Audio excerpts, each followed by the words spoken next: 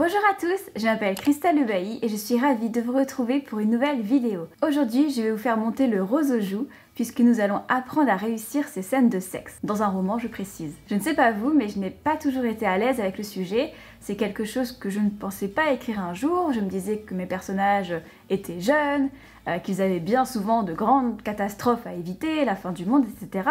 Et donc ils avaient autre chose à faire que folâtrer. Mais en fait non, un jour, un s'est retrouvé dans une scène de sexe, ça allait arriver, ça faisait partie de sa construction, et je ne savais pas quoi faire. Est-ce que je devais tout raconter? Avec quels mots? Comment m'y prendre? Bref, je pense qu'on peut avoir pas mal d'appréhension avant d'écrire sa première scène de sexe, alors je me suis dit que ça serait bien qu'on en parle un peu, aujourd'hui ensemble. Premier point, éviter le sexe gratuit. Un point très rapide qui est plus un rappel qu'autre chose, une scène de sexe ne doit pas être gratuite.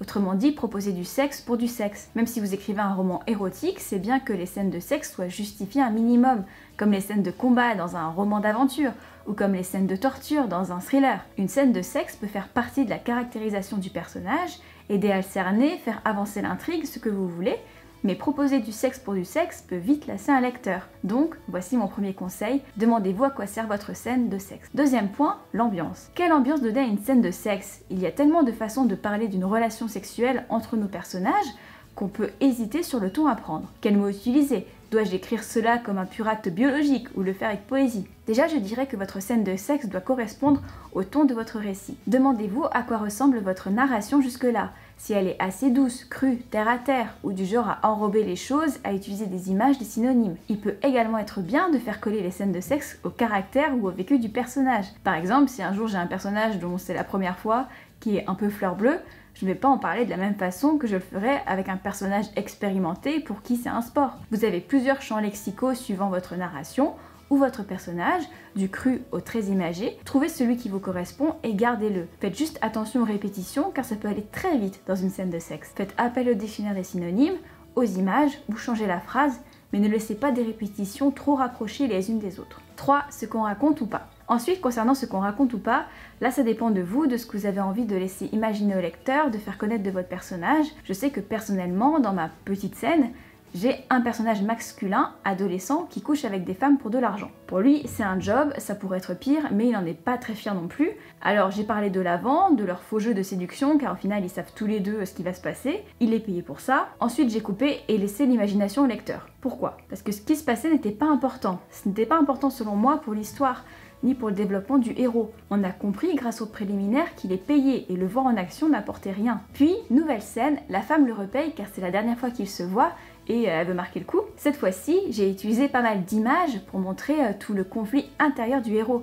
Le fait qu'il a honte de ce qu'il fait, car il a un vrai désir de faire ses preuves, de grimper l'échelle sociale, et au final, il couche avec des femmes mariées, riches, qui s'ennuient. D'un côté, il trouve ça un peu cool, mais ce n'est pas non plus ce qu'il veut. Et là, c'est son dernier jour, car avec l'argent qu'il a économisé, il va tenter de réaliser son rêve. C'était plus une scène sexuelle, mais presque une scène de combat intérieur. Vous pouvez tout à fait aller vers cela. Vous pouvez tout à fait raconter ce qui se passe, parler de chaque caresse, mais vous pouvez également insister sur les préliminaires et fermer la porte, ou créer des images qui donnent la teinte de la scène, laissent imaginer ce qu'il se passe, mais évoquent autre chose. 4. Utilisez les 5 sens et l'environnement. S'il y a bien un moment où il faut utiliser les 5 sens, c'est les scènes de sexe. Une scène de sexe, c'est comme une bulle pour moi, une bulle d'intimité, peu importe le ton que vous employez et ce que vous racontez. Et le lecteur ne doit pas sortir de cette bulle, il faut l'immerger dedans, et utiliser les 5 sens de votre héros est le meilleur moyen de réussir. Si vous vous contentez de la vue, du toucher, vous risquez de passer à côté de pas mal de sensations que vous pouvez transmettre au lecteur. La scène sera un peu plate,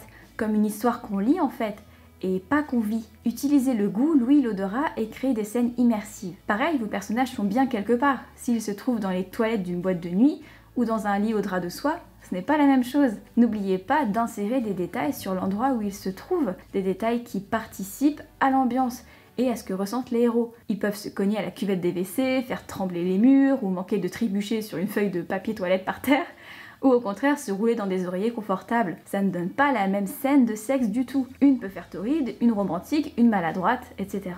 5. La crédibilité. Ce que vos personnages font dans la chambre à coucher ou ailleurs ne regarde qu'eux. En revanche, il faut quand même que ça reste crédible. Il m'est arrivé de lire des choses lorsque j'étais salariée, c'était un peu fou. N'oubliez pas qu'il y a des règles biologiques, physiques, ou au pire, cherchez sur internet si vous avez un doute. Pareil, faites bien attention à vos scènes. Si monsieur enlève son caleçon une fois, c'est une fois. Vérifiez bien qu'il ne l'enlève pas deux. Et ne faites pas les gros yeux, hein. Ce genre d'incohérence est loin d'être rare. On fait pas gaffe, on oublie et tac, monsieur a 2 caleçons. Ou madame a 2 culottes. Enfin, une dernière question pratico-pratique, la mention ou non du préservatif. Si votre histoire est contemporaine, vous pouvez vous demander s'il est nécessaire de préciser que vos héros utilisent un préservatif. J'ai vu passer un débat sur Facebook à ce sujet un jour. Une auteure trouvait que ça ne faisait pas très joli à préciser, que ça cassait l'ambiance de la scène.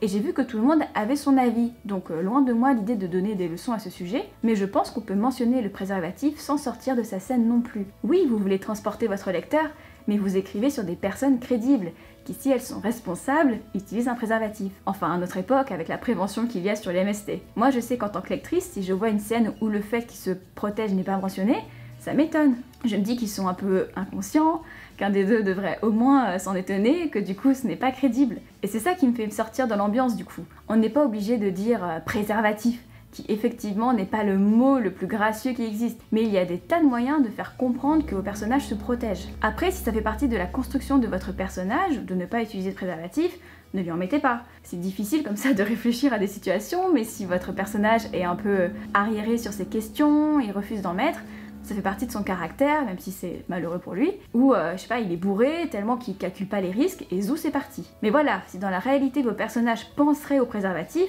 je pense que c'est bien de le mentionner. Je pense pas qu'il y ait de règles sur ce sujet, chaque auteur fait comme il le souhaite, mais moi je pense que c'est important au niveau de la crédibilité de la scène, mais également vis-à-vis du public, si des adolescents vous lisent ou de jeunes adultes. Voilà. Pour conclure, je parlerai juste d'un dernier point. Je vois parfois certains auteurs sur les réseaux sociaux se demander ce que vont penser leurs familles, leurs amis, leurs collègues en lisant les scènes érotiques qu'ils écrivent. Moi je vous dirais que les scènes de sexe sont comme n'importe quelle autre scène dans une histoire. Elles peuvent être indispensables, comme des scènes d'engueulade, de combat ou de mutilation atroces. On écrit sur des humains la plupart du temps, et si ça fait partie de leur développement ou du développement de l'intrigue, on aurait tort de s'en priver. Vous n'écrivez pas sur vous, sur vos expériences, même si vous pouvez vous en inspirer, mais c'est l'histoire de vos personnages, leur personnalité, leur façon de faire l'amour, leur relation qu'ils ont avec le sexe, pas la vôtre. Voilà, c'est tout pour aujourd'hui, j'espère que cette vidéo vous a plu. Si c'est le cas, n'oubliez pas de la liker avant de partir, ni de vous abonner à la chaîne. Moi je vous dis à la semaine prochaine, écrivez bien, bye.